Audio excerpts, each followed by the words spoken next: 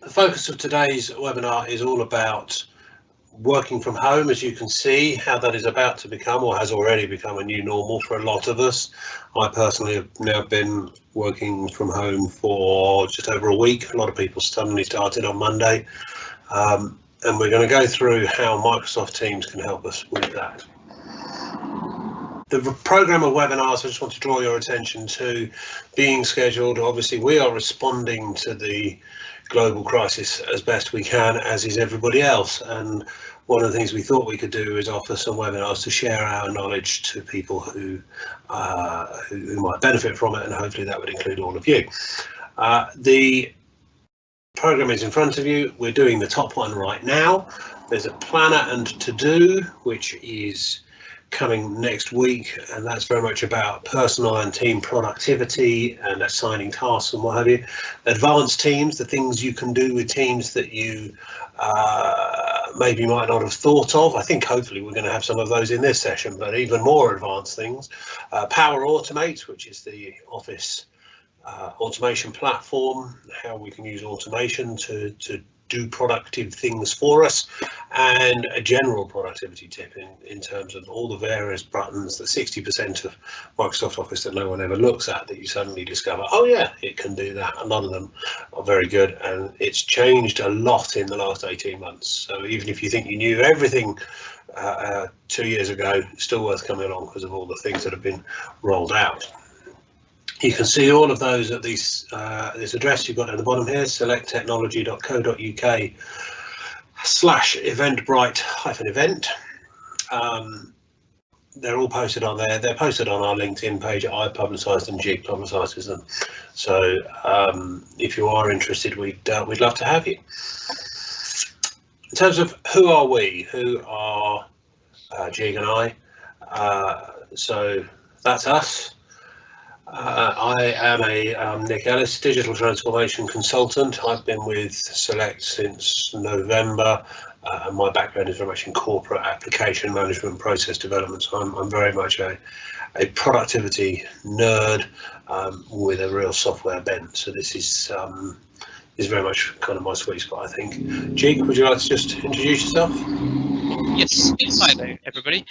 I'm Jig Mehta, the marketing executive for Select. I've been with these guys for about 6 weeks now, so it's a bit of a baptism of fire for me, really. All change. I'm doing all their promotion, their marketing, and presenting with Nick, who I will hand you back over to. Thank you very much.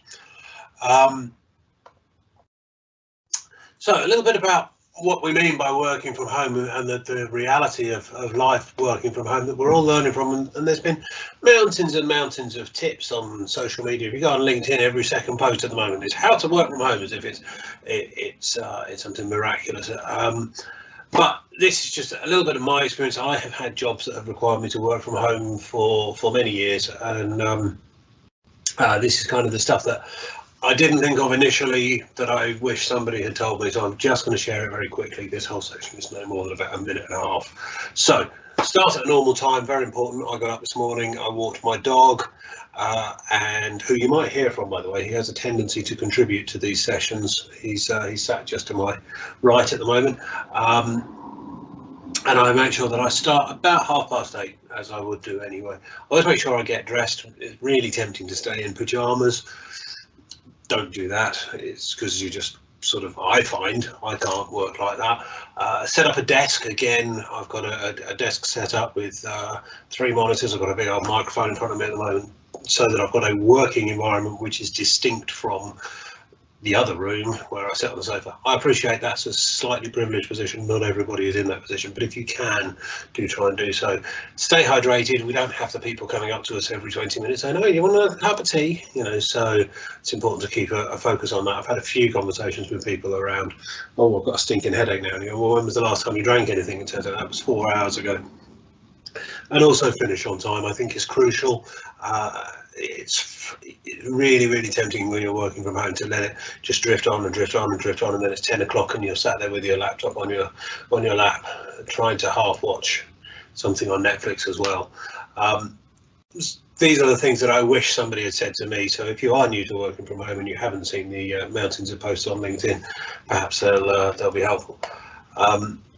Jake has a particular experience, which is that he's also got 2 kids at home. So, Jake? Yeah, thank you, Nick. Yeah, I completely agree with everything that Nick said there, and I'm actually following nearly all of those rules. I am actually wearing a shirt and smart trousers. That's how committed I am to it all.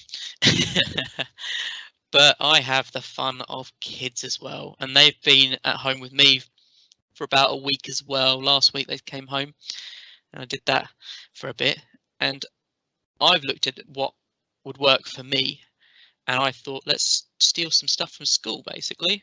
So they get dressed like into their uniform, which they are okay with now. They didn't like it to start with, but they're okay now. We have a timetable of what they'll be doing throughout the day. So that isn't always lots of learning, but it might be PE with Joe Wicks. I don't know if any of you have seen that yet in the news. It might be some colouring. There is some maths and English in there thrown in the day, and there might be some points where they get onto their devices. But I'm also using a behaviour chart that I stole from school, which helps them to manage their behaviour, and I can manage what I expect from them. It's actually meant that I haven't gone insane, really. And if they do a good day or an outstanding day, they get a treat. And by next week, we're looking at loo roll or bread or even milk as a treat. And a key thing we've got going on is I was a bit prepared beforehand. I've got packs of work. I've got their iPad/Kindles set up with maths challenges and whatnot, so that I can easily go, here, take this, go do that, while I have 10 minutes to do some proper work. And ultimately, the only thing that we need to get through the day is patience, which we have to learn with children. I'm sure many of you who've got children will understand we have to learn patience. So that's my little help there on how to deal with kids at home. Marvellous. So, thank you for that. That's the sort of general context stuff. Let's crack into the software. So, what is Microsoft Teams? So, in this discussion, I'm going to talk about Teams, because Microsoft haven't helped us here. They have used a common English language word as a piece of branding for a new piece of software. So that's quite challenging. So what we're going to do is we're going to say hierarchy when we mean teams in the old-fashioned sense. Groups of people who report to a manager, groups of managers report to a director, etc. That's what I mean by when I say hierarchy. I'm talking about corporate team and reporting line structures. And then teams, obviously I mean the software that we are talking about. So this is a very kind of hierarchy view. This is a traditional view of a business where you've got people with a broadly aligned set of functions: customer management, finance, marketing, product development. Within Select Technology, I sit in the customer management area, Jig sits in marketing, and obviously we have people in the other areas as well. However, this is a really good case where I'm in one tower, I'm in the customer management bit of the hierarchy, G's in the marketing bit of the hierarchy, but we're working together.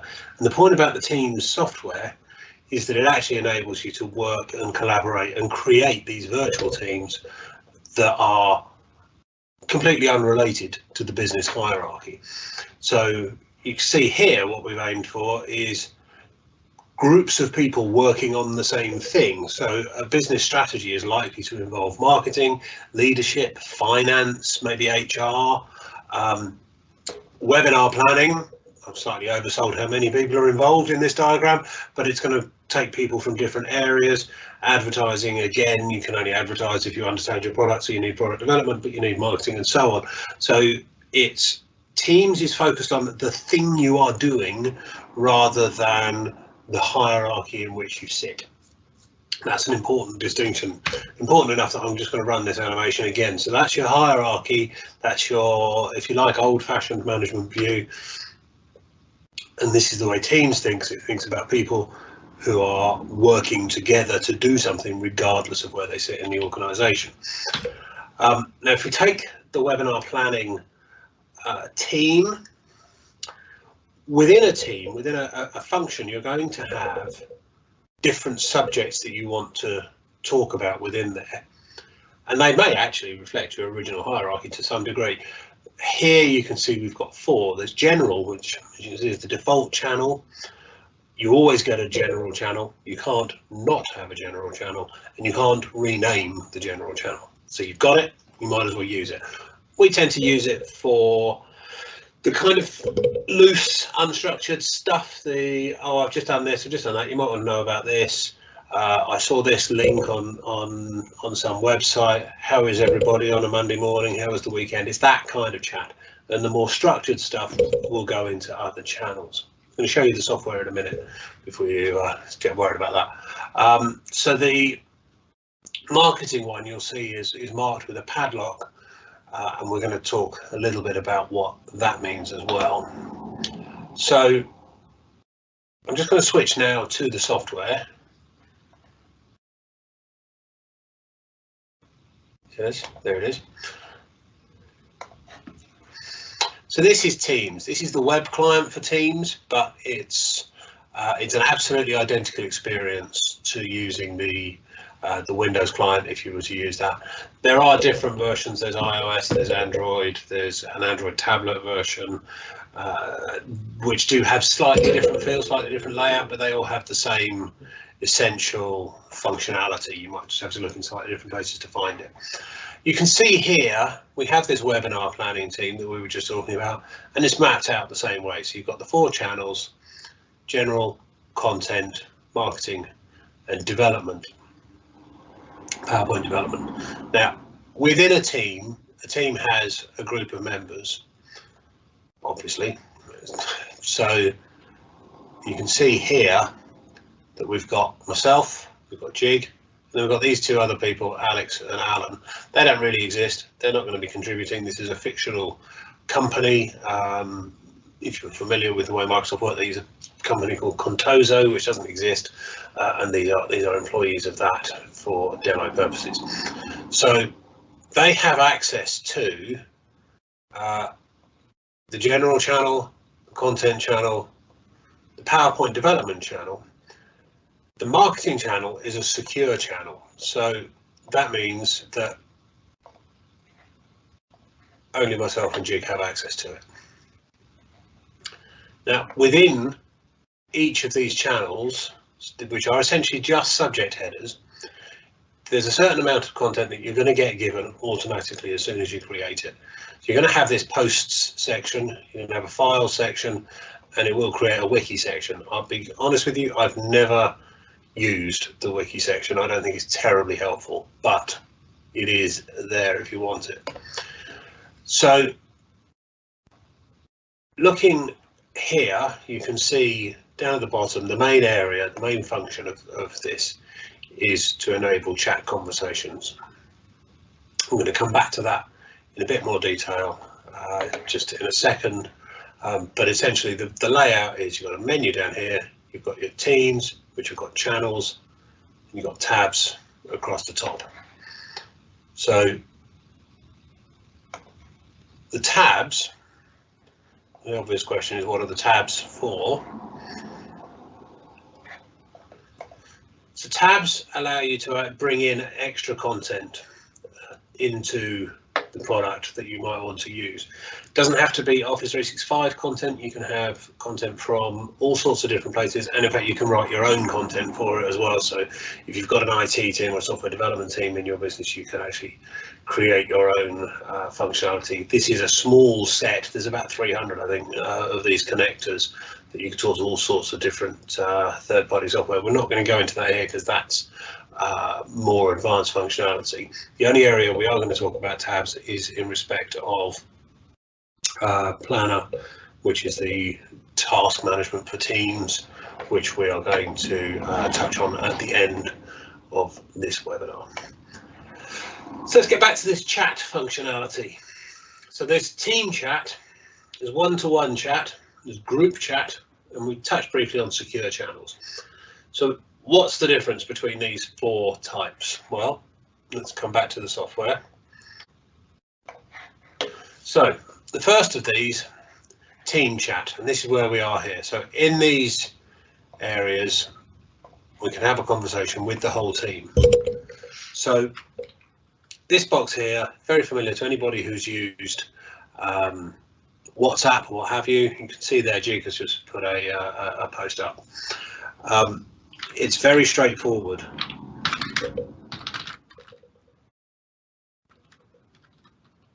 It's as simple as that. We're just going to type a thing, we're going to send it. A good tip, if you want somebody to get a specific notification to tell them that they're being spoken to, if you're targeting your conversation at a particular person but putting it in the team, is to use @referencing.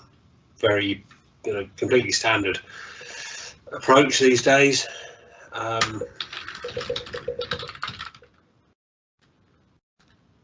Looking for ways to improve things, whatever it might be. You may have your own views on that question yourself. And then, so you'll see the 2 views. So I've sent this @reference, and Jig, I can hover over that there and see a bit more information about the person. Jig here has @referenced me. I can do the same.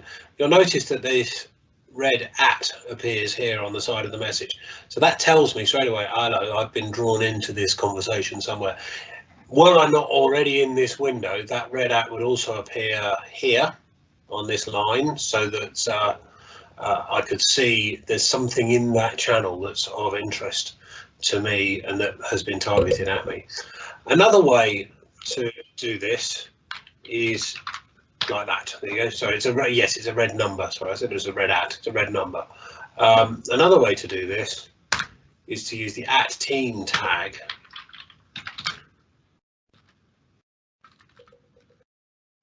Yeah, the team tag has not worked on this occasion. There's always something that doesn't quite work in these demos. It looks like that's the one today. Under normal, so there you go. So if you do that, it will bring up the name of the team and reference it for you, so you don't have to remember the name of the team, essentially, although it is just here. If you tag the whole team, everybody in the group will get a notification telling them something here you need to look at. So you'll notice as well, everywhere you see a text area, there's a number of other buttons underneath. So you can, if you hit the capital A and the brush, add all sorts of additional formatting. You can obviously give it a subject title, and then within the text you can add whatever you might want to add. You can number them, bullet them, all the usual WYSIWYG. What you see is what you get. WYSIWYG formatting, and you can do things like this. There's a useful button in here, which I think might come in handy for a lot of people, which is this one. If you get a bit carried away with your formatting, you can come along here, press that button, and it takes it all away for you. You can start again with nice clean text. There are other functions as well. So you've got bulleting, as we've seen, increase and decrease your indent, quote, if you want to add a quote.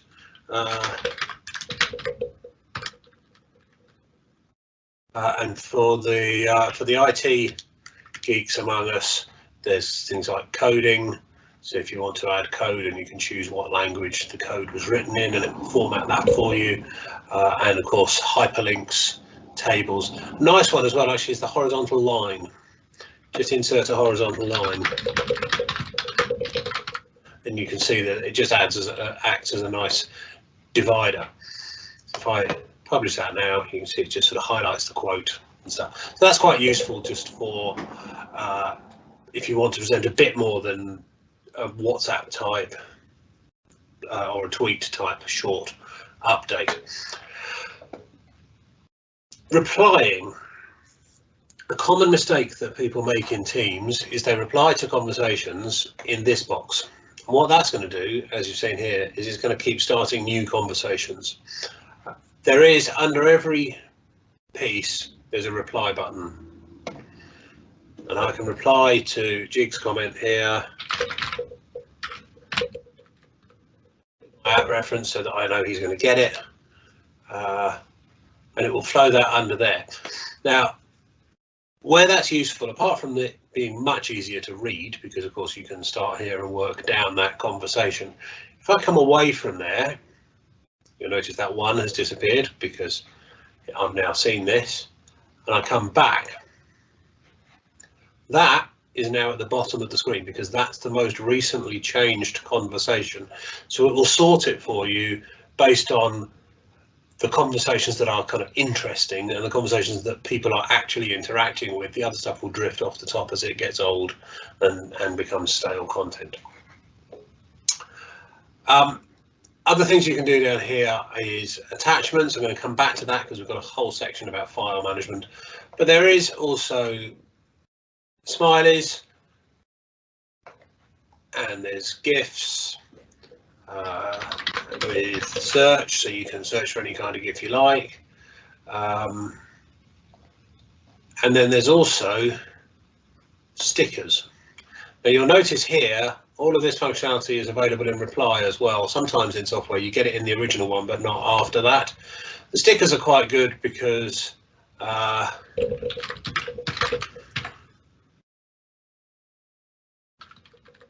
you can change the text.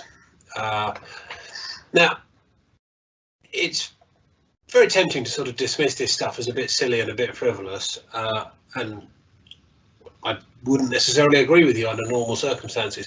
However, in the current situation, we need a way of expressing some kind of human reactions to things, and I think these are quite useful for that. I understand why people may look at them and go, "Oh, what's the point of that?" But they are actually quite useful for connecting and getting a kind of emotional response. In the one-to-one chat area, you'll see up here chat, and you'll see you get a history of all the chats that you have already been having. Every meeting that you create generates a chat. I'm going to come back to that in the meetings section, but it generates a chat for that meeting, and that will be visible in here. And then also individual conversations that you've had with people in the past. You can see here, this is from yesterday's webinar. So broadly, the functionality is the same. So I can have a chat with Jig here, and he gets a notification, get a reply. And all of this, you'll see, is all exactly the same, except this button. This button is different because you can either send a standard, as I did earlier. I can mark something as important,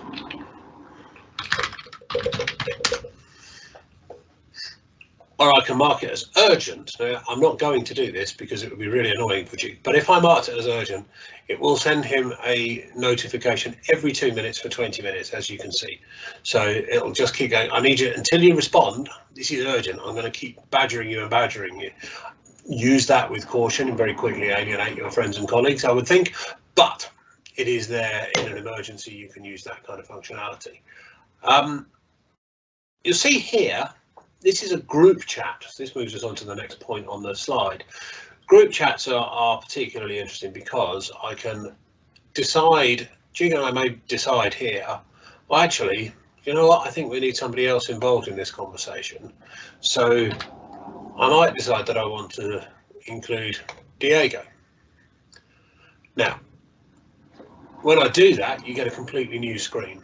So Diego has a new conversation. He doesn't get to see any of the history of this conversation because obviously that's a private conversation between the two of us.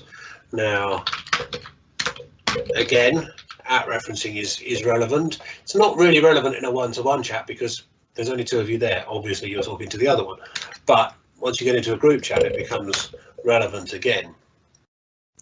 On the sending of that first message, that's when this group becomes visible and available to the other members. So all the time I've just started in that window, it's not visible to the others, but then it becomes visible once I've sent that first message. So Jig can now see it and reply. Thank you very much. Now, what happens if I think, oh, actually, do you know what? I need I need somebody else. Well, there's still an add people option, but it behaves slightly differently. So I might say I want Deborah to be involved, and you'll see here that it's going to say don't include chat history, or include in days, or include everything. The include in days, be a little bit careful. If you were particularly rude about Deborah 2 hours ago and you say, yeah, like that, and then you say, give her 1 day of history, then obviously she's going to see that. If you were rude about her a week ago, that's probably okay. The default is don't include chat history, and I would suggest that's probably where you want to leave it most of the time. But you might include history if there's content in there that is going to be useful, and you can say, just scroll up. We've already had this conversation. And what's going to happen is I'm going to press add. It's going to bring Deborah into that conversation. Again, I can hover over that and I can see a bit more information about who Deborah is, administrative assistant and executive management, phone number.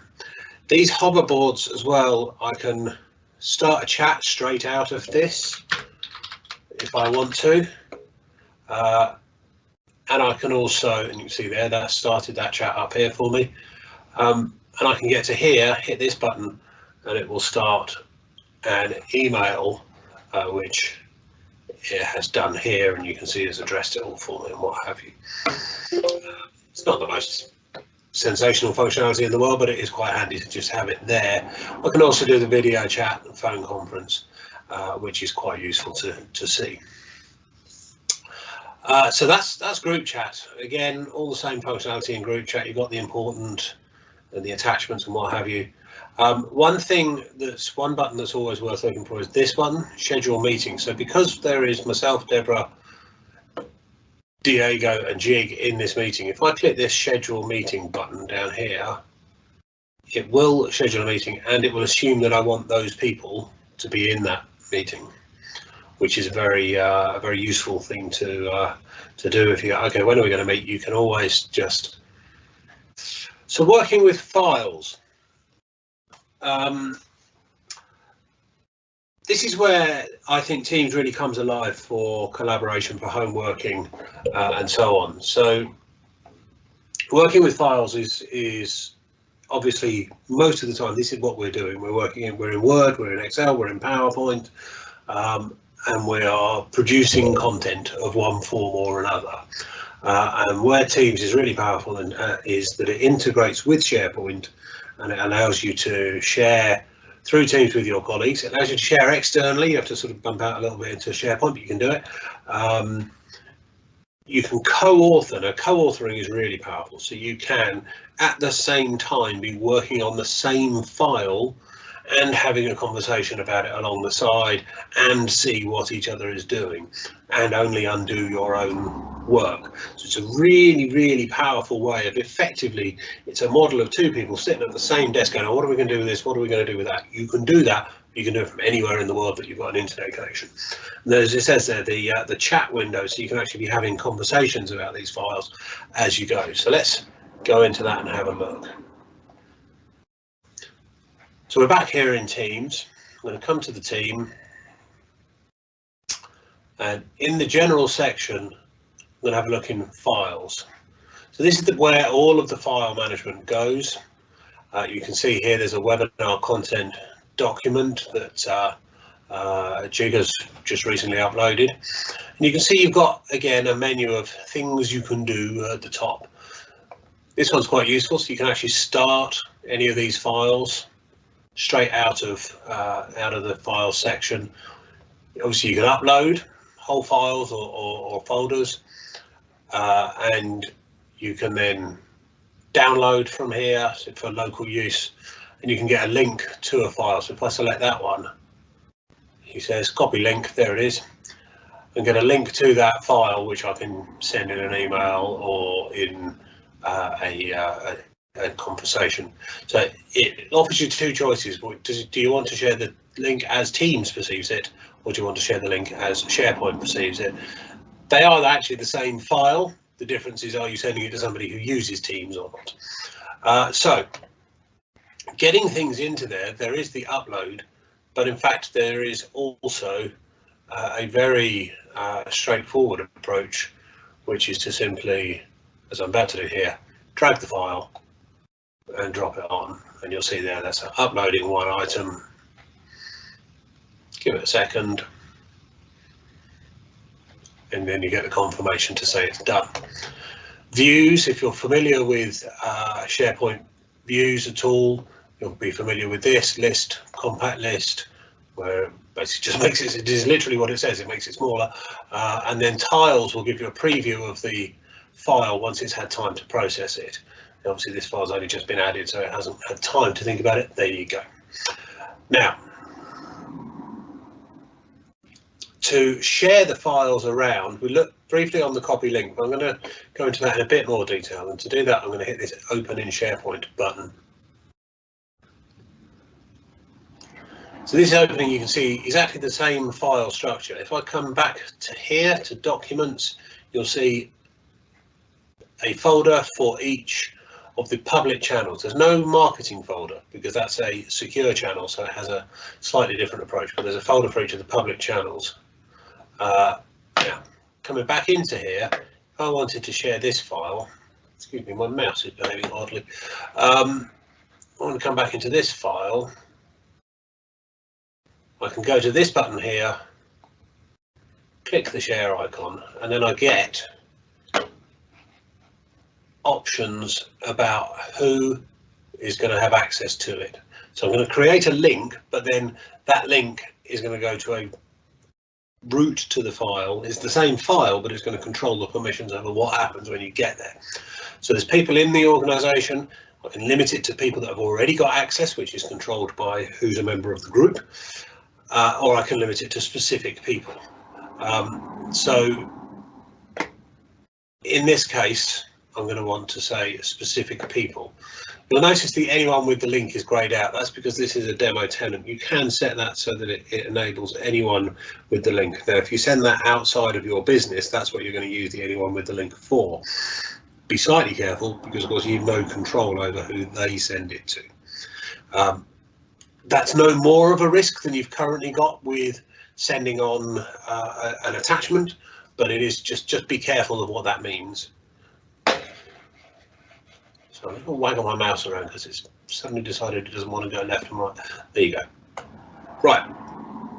So I'm going to send to specific people. Do I want to allow them to edit the file when they get there? If I want them to allow them, if I wanted to allow them to edit the file, then we also need to allow them to download. So you can't block while you're allowing that. But if you turn that off and you turn that off, you set up a situation where they can access the file, but they can only look at it online. They can't download it, they can't change it, they can't do anything to it. That, they can download it and they can change their local copy, but they can't put it back. They can't change your copy, and that one gives them full permission to do anything you like. Now, I'm comfortable with giving them full permission, and I'm going to search for the person. If it's somebody inside your business, then that you just need to start, as you can see here, type a name and it will start looking for it. If it's not somebody in your business, you need to use this option. You can't do specific people for that. But yeah, so I'm going to say, yeah, there's Jig. I could choose to type a message here and hit send, and Jig will get an email that says it's from SharePoint on behalf of Nick Ellis, and we'll have the email that I've attached. I can, if I prefer, hit that button, it will create a link and it will fire you out into Outlook. As you can see here, it will create an email and it will populate that link into the email, or I can use the copy link option, and then I can embed that link in anywhere I like. I can use it in another SharePoint site, I can use it on a public website, whatever it might be. So that's how we go around sharing the files that are in Teams, more sophisticated than just here. Now, co-authoring. As I say, this I think is the bit where it gets a bit more exciting. You can imagine such a thing. So the co-authoring function we're looking at, as you can see, the slides from this webinar. Now, this is essentially the web version of PowerPoint. If you're in Word, Excel, obviously you get the web versions of those. You get about 80% of the functionality that's available in the desktop application. If you need that extra functionality, you can do that from the 3 dots. Always worth looking at 3 dots. Everywhere you see 3 dots, click on it, because there's always going to be a few extra bits of functionality. Here, it's open in the desktop app or open in its own browser window outside of Teams. You can do that. You can continue to co-author. You can continue to work together. The one thing you can't do if you do that is this section here, where you get a Teams type window where you can start talking to each other about who's doing what you're working on and what have you. So I've just noticed in the preview down here, that slide 6, that can't be right because that was more text than we agreed, and I noticed that we've actually got the same picture here, so that doesn't look right to me. So, but I'm going to come off here and I'm going to rename this.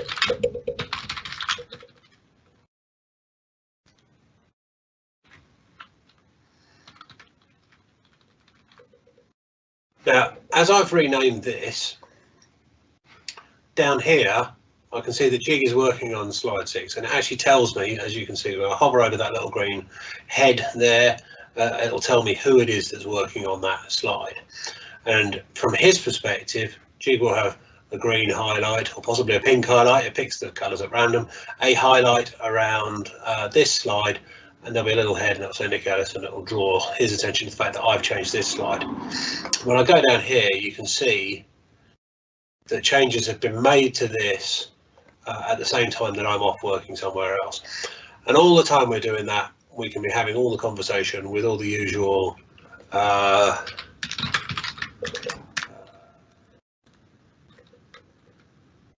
stuff,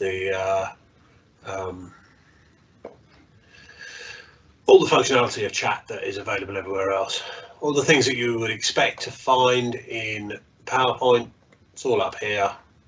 But as I say, if that's not going to quite cut it for you, you can get here and pop it out.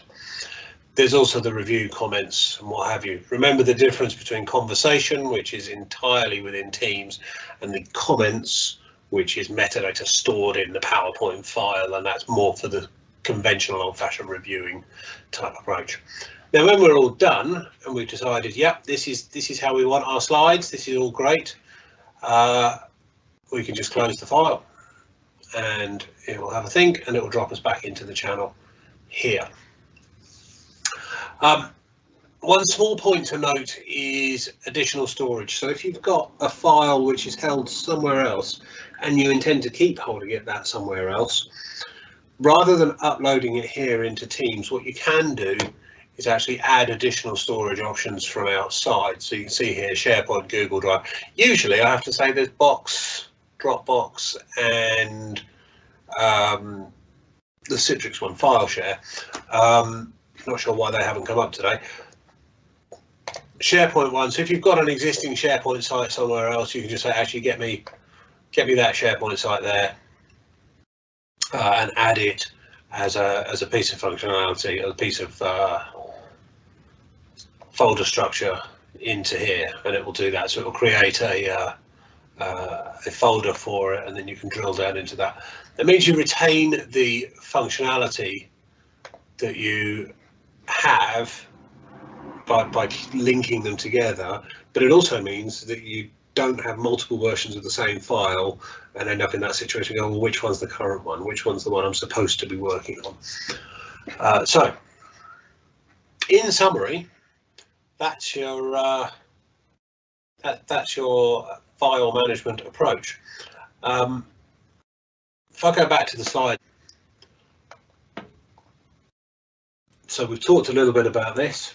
I'm going to do that again. Meetings is the next real section. So in the meetings area, as you can see, integrated with Outlook. So you can schedule your meetings from Teams or from Outlook and add Teams capabilities onto it if you start in Outlook. You've got persistent chat through a meeting. So as I mentioned earlier, when you create a meeting, it creates a group chat for that meeting, for every attendee of that meeting, and that's created as soon as you create the meeting. So you can start having a conversation in advance. Well, what room are we in? What am I supposed to be researching? What's the dress code? Whatever it might be. You can have a chat during the meeting, probably shouldn't do that, and you can have a chat after the meeting, which is going to be things like publishing minutes, clarifying points that people aren't sure they've understood, all that kind of conversation that happens after meetings. You can do all of that on a permanent meeting, a permanent chat rather, that exists specifically for that meeting. You can do meetings spontaneously. You don't have to schedule them. You can start at any time, and you can do content sharing. So I'm doing content sharing now. It's exactly this experience. So I'm just sharing the one of the monitors on my computer, and it will share that out. You can also share PowerPoint deck, so it will look for a PowerPoint deck in your OneDrive, and it will say, well, you're doing a meeting, good chance you're going to want to use PowerPoint, and it will offer you all the PowerPoints in your OneDrive to start displaying. So again, let's come back to the software and see what that looks like. So integration with Outlook. Integration with Outlook is key. I'm going to have to load my actual Outlook from the real world to show you this. So let me just pop it on the calendar. So here's my calendar, a little bit wiped out in various places, but you'll see up here there's a button, New Teams Meeting. So I can hit that and it will create that meeting for me. It's talking in the background to the Teams engine, and you can see here it's added in all the links and what have you. This dial-in number is that's because I've started Outlook. This dial-in number is an add-on. It's about £3 per user per month if you want people to be able to dial into your meetings. Otherwise, it will just give you the video link. That's one way of doing it. You can do a more conventional start a meeting, new appointment type approach. If you do that and then you go, actually, this is going to be a Teams meeting, that's okay. You've still got the Teams meeting functionality, and that'll do all the same stuff again for you. No, don't want that. And there you go, that's gone as well. Now, conversely, you've also got the same calendar.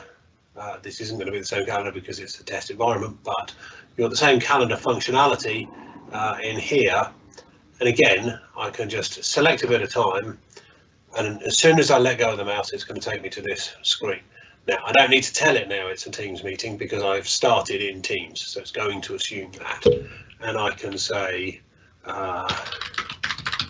let's have this meeting. And I can add individual people like that, remembering to tab in between them, or it will think I'm looking for somebody called Jig Allen. Set the time. I can specify it's an all day or not. You'll see here suggested times, so this is the times that all three of us are available in our calendar, and you've got recurrence and all that good stuff.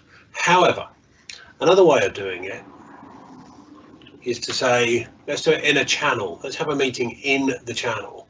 So if I go here and here, so rather than saying I need to remember who is in my group and I can just add it to the channel, and it will add everybody in the group, and they will all be invited.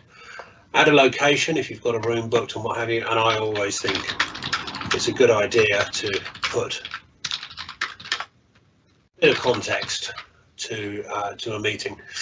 There's a scheduling assistant. I've got this in Outlook as well. This shows you people's calendars. It doesn't know at the moment because I have only put a channel. It works out who's in the channel at the point I press send. So as yet, it doesn't know. Just bear that in mind. It's also why you haven't got the suggested times here. But I'm going to press send on that, and that's going to put that meeting in my diary. And it might take a second to do that. It's probably going to take ages now, just to be annoying. Going back into the team.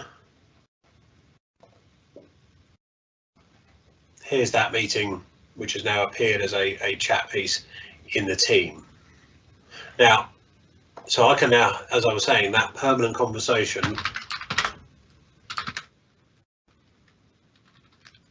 it's there now. It's going to stay there through the whole meeting, and it's going to stay there afterwards. Whether it's a conversation in advance or a conversation afterwards, it's all going to sit there. Had I gone the other way and added people individually, that would end up looking like this, where you can see it's created the chat in this format. But it is one way or the other, it's going to create you a permanent chat. Now, when I want to join a meeting, so this one's tomorrow, a meeting with clients, which we were just looking at the chat for, I click into it, I hit join, I get asked for permissions, and there is my webcam showing. So straight away you're going to get asked, do you want video? Or maybe I don't want video, do you want sound? I think it's a good idea to turn sound off, and you do get a little prompt from this that suggests it as well. Turn the sound off when you join, just in case something happens in the background that you hadn't anticipated. And then I can hit join now, and there you go.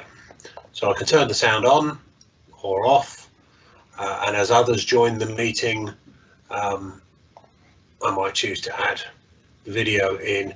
Now, that's probably not the most helpful view. It's a wire and a clamp and a bit of a Swiss Army knife. So down here, if you've got multiple cameras, you can switch between cameras. There you go, that's the one on top of my laptop. Also not a great view really. And then I've got a third one that isn't working, which is a much better view. So normally you can rotate around between nice views, but not working on this occasion, which I think is the reason that's not working is because that video camera is actually connected into this live event, so it's already been taken. More importantly is the sharing content. So you can see here, as I said earlier, it's assumed that I'm going to want to talk about PowerPoint. It's gone and found all the PowerPoints in the Teams that I've got access to and all the PowerPoints in my OneDrive. And it's also going to let me share a desktop window. So if I wanted to share the same PowerPoint again, all I had to do, you saw there, I just clicked on here, open the share, find the file, click on it, and it will load it. Seems to be a little bit sluggish. There you go. The reason, by the way, that some of these things are a bit sluggish is this is a demo tenant, and Microsoft are quite rightly focusing all of their resources at the moment on people's production environments where people are doing their work. So some of this is a little bit slower than it might normally be. But I can then click through here and what have you until I'm done. And down here I've got a stop presenting button, so I can choose to stop doing that. I can also have a conversation, so I can have a chat conversation alongside, and I can see who the participants in the meeting are. Now, again, from there, at the moment, there are 2 others invited, but they haven't actually attended. So there's this ask to join button that can push a little notification to say, where are you? Once they're in, I can also chat directly with those individuals within the without including everybody in the meeting. That's quite useful if you've got internal meetings with external attendees, so a supplier or a customer. You can have an internal conversation in the chat that isn't visible to the other parties. So 3 dots, always look at the 3 dots. You have various options in here. I'm not on camera. If I was on camera, I'd have a blur background. I'm going to show you a little animation of that. And you can get into meeting notes. We haven't started any meeting notes yet, but you can start recording. Always ask people's permission before recording. And turn off incoming video. That's just in case your own internet connection isn't that fast. You can stop everybody's video coming in, so that it doesn't overwhelm your broadband. Down here we have a product called Whiteboard. Whiteboard is really cool when it works. See previous comments about where Microsoft are focusing their resources. The Whiteboard exists to allow you to draw, I don't know where that's come from, draw on a whiteboard in real time, and to collaborate on designs. Obviously, you probably want to do something a bit more productive and useful than that. You can copy and paste images, diagrams, drop Word files into it, and all that sort of stuff. It's a way of interacting across the web in a way that's more like a classroom or a meeting room. And then when I'm finished with the meeting, it is just a case of hanging up. And it will always ask you, what was the call quality like? Okay.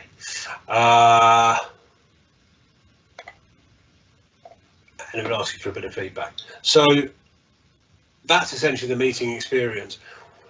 Ways of accessing meetings. So you saw in the calendar section, that's one.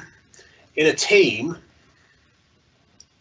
you can come to any team and hit this button, Meet Now, and that will start a little preview of a meeting. And then when I hit Meet Now, it will say, okay, who do I want to add, and it will suggest. And the suggestions are the other people that are in that team. And then in an individual one-to-one chat like this, you've got buttons up at the top, so that's video, that's voice. And also in group chats, you get the same video and voice. Or I can start a meeting, I can schedule a meeting in the future from there. So, back to the slides. Blurring your background. Blurring your background is a very useful feature if you want to maintain a bit of privacy, which with us working from home at the moment is probably a very valuable thing. You can see here, again, it's just on the 3 dots, blur background. She's got it as a slider. It slightly depends which version you get. The custom backgrounds are coming. They're in America, but they're not here yet. So a bit of patience on the custom backgrounds.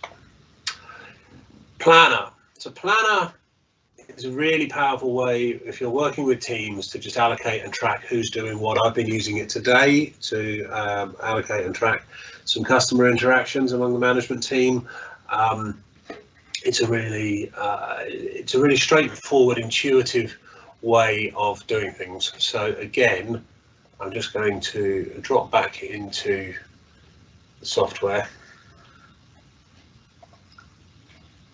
So this is a planner which exists for the purpose of working out how we're going to plan these webinars.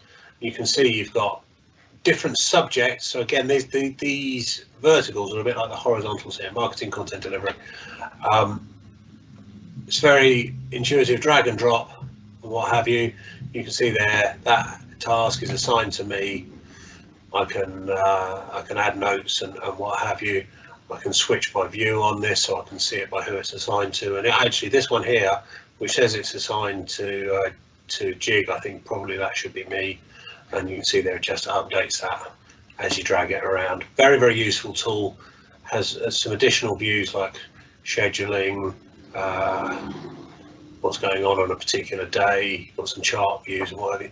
There's a separate webinar specifically about this subject, which you're very welcome to come along. We'd appreciate your time.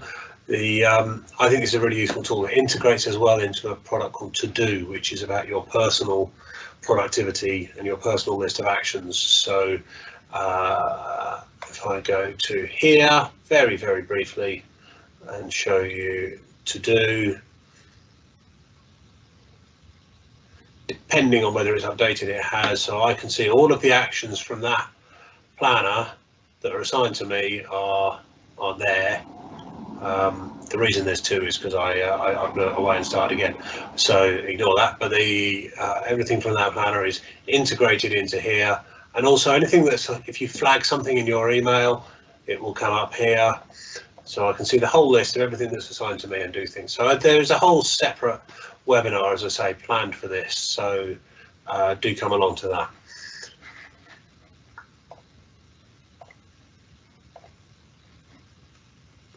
And then moving forwards, live events. So you're currently at a live event. You might want to consider, in these peculiar times where it's difficult to meet with customers and difficult to host things, whether you want to use live events. You can have them internally, so just for your people and groups, so that your teams basically.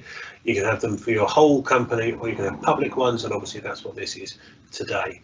And then there are various options that you can make available during a live event. So today we've got recording available, we've got the attendee engagement report, so that will tell me who joined and who left and when and why. It won't tell me why, it'll tell me when.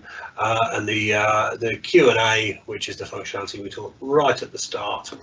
And then this is if you want to do a huge broadcast to thousands of people, you can use external carriers for it. So that is the end of the webinar. Unless there are any questions outstanding, Jig, or have I been so thorough that I've covered it all? Well, Nick, you've been very thorough. It's actually brilliant. I think we are at a good point where we can probably say goodbye to people. Okay. Unless any more questions want to come through? No. Nope, we're not getting questions. Okay. So in that case, we'll call a halt to it. Thank you very much for your time. I would draw your attention to the Select Technology webpage with the programme of other webinars, and if you've got any particular questions, you can always reach out to me or Jig. This is our email address, nmsjmeta@selecttechnology.co.uk, or you can find us on LinkedIn, Twitter, etc. We're pretty easy to find, so do reach out if you've got any further questions or comments. We look forward to hearing from you. And that is it. Thank you very much.